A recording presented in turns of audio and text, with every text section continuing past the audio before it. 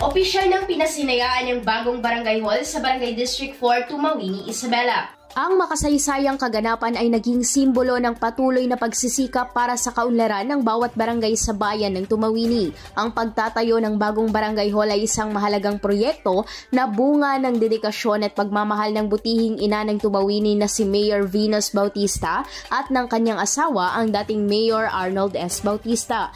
Sa kasalukuyan, si dating Mayor Arnold Bautista ay nagsisilbing consultant on infrastructure and other development programs ng LGU ng Tumawini at patuloy na nagbibigay ng mahalagang kontribusyon para sa mga proyekto ng bayan.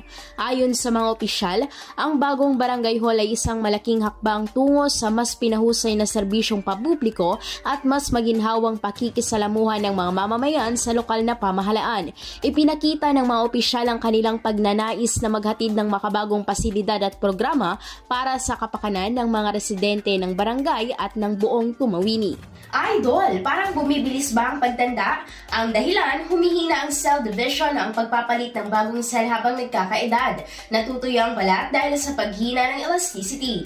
Para mapigilan ito, mag-DTX 500 na. May antioxidants at vitamins, polyphenols at flavonoids na pumipigil sa collagen degradation. Sikreto sa pagiging young looking mo. Para maging healthy, mag-DTX 500 palagi. Para sa IOVM News, ako si Idol Zaira Kuntapay, Idol!